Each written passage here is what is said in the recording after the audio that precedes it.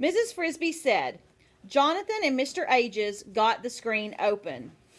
"Yes," Nicodemus said, "and without them I doubt we could have done it.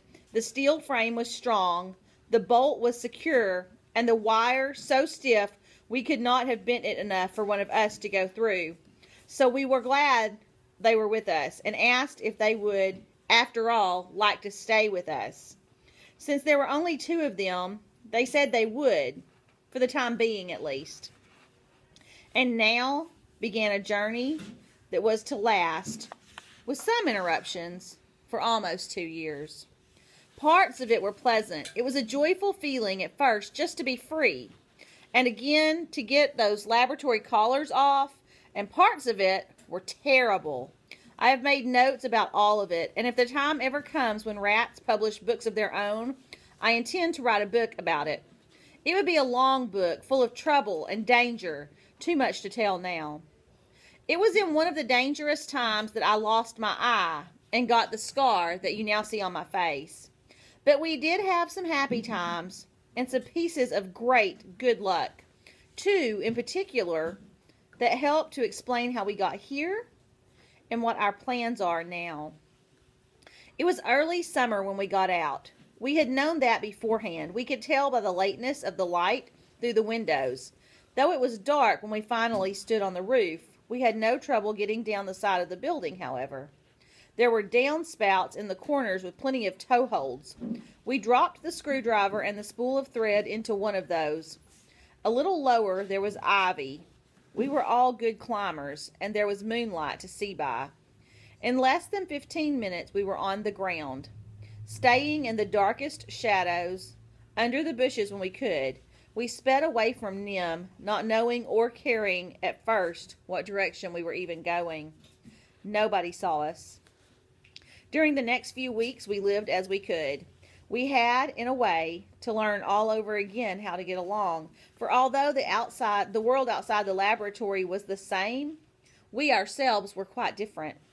We were, a couple of times, reduced to eating from dumps and garbage cans, but knowing how to read, we quickly learned to recognize signs on buildings, groceries, supermarket, meats and vegetables, for instance, let us know that there was food inside for the taking.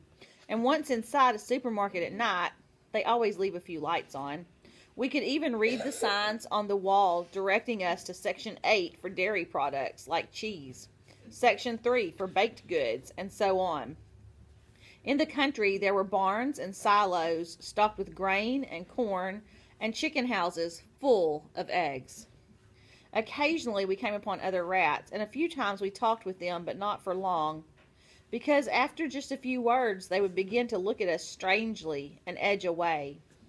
Somehow they could tell that we were different. I think we even looked different.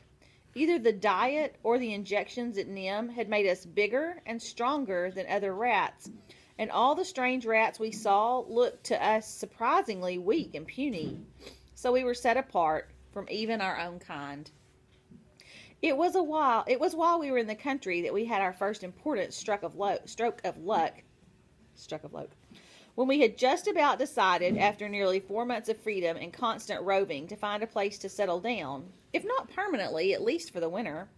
We thought that it should be in the country, but not too far from a town, so that we would have access to grocery stores, as well as barns and gardens.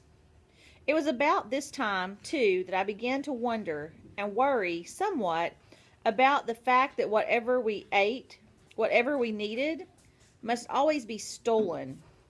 Rats had always lived that way, and yet why?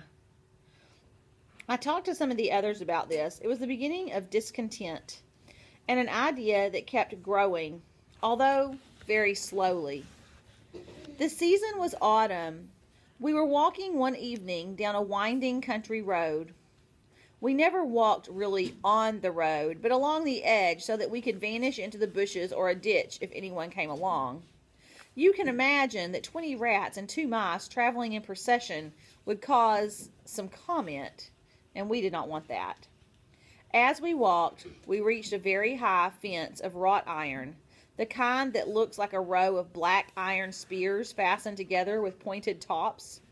an expensive fence, surrounding a large estate with a big, expensive-looking house in the middle, and well-kept grounds and gardens. We walked along past this fence until we reached a gate. "There was nobody living in there," said Justin. "How do you know?" "Well, the gate's padlocked, and look, dead weed standing outside of it, not even bent. Nobody's driven in here for a while." The house had a quiet and deserted look. There was a mailbox in front hanging open and empty. "I wonder if we could get in," Jenner said. "Why should we?" "It's a big place. It would have a big pantry, big cupboard, big freezer. If it's as empty as it looks..." We turned into the grounds, moving cautiously, and from beneath some bushes we watched the windows. As dusk fell, lights came on in several of them, both upstairs and down. Jenner said, "That's supposed to make us think there's someone there." "Yes," said Justin, "but there isn't. I could see one of the lamps when it came on. There was nobody near it, and they all came on at the same time." Automatic switches to keep burglars away. "Well, they're not keeping me away," said Justin. He ran to the house, climbed to one of the window sills, and looked in. He tried another. Then he came back. "Nobody," he said. So we went in. We found a small window in the back with a cracked pane, knocked out one corner of the glass, and climbed through. At first, we planned just to look for food. We found it, too, enough to last us for a year or more. As Jenner had predicted, there was a big freezer, well stocked, bread, meat, vegetables, everything, and a whole room full of shelves covered with canned food. The cans baffled us at first, as they had in the grocery stores. We could read what was in them, but we couldn't get it out. Then Arthur found a machine on the kitchen counter. He read the instructions on the side of it. "Slide can under cutter and press switch." We tried it. The can turned slowly around in the machine, and when we pulled it out, the top had been cut free. I'll always remember what was in that first can. Clam chowder. It was delicious. After we had eaten, we wandered around the house. It was a rich man's mansion with beautiful furniture and fine rugs and carpeting on the floor. There was a crystal chandelier in the dining room and a big stone fireplace in the living room. But the greatest treasure of all for us was in the study. It was a large rectangular room with walnut paneling, a walnut desk, leather chairs, and walls lined to the ceiling with books. Thousands of books about every subject you could think of. There were shelves of paperbacks. There were encyclopedias, histories, novels, philosophies, and textbooks on physics, chemistry, electrical engineering, and others, more than I can name. Luckily, there was even one of those small ladders on wheels they use in some libraries to get to the top shelves. Well, we fell on those books with even more appetite than on the food, and in the end, we moved into the house and stayed all winter. We could do that. It turned out without much fear of discovery. We learned that from some newspaper cuttings I found on the desk in the study. They were about a wedding, and most of them showed pictures of a newly married couple leaving a house to begin their honeymoon. The groom was Mr. Gordon Boniface, heir to the Gould Stetson fortune, and the house what they were leaving was the house we were in. According to the clippings, they were going on a trip all the way around the world. They were coming back to the Boniface Estate in May. Until then, it was our estate. Oh, there was a caretaker gardener who came 3 times a week, and once in a while he would check the house in a cursory way of sorts. That is, he would unlock the front door, glance around to see that everything looked all right, and then lock it and leave. But he didn't live there. He lived in a small house down the road, and we were expecting him when he came.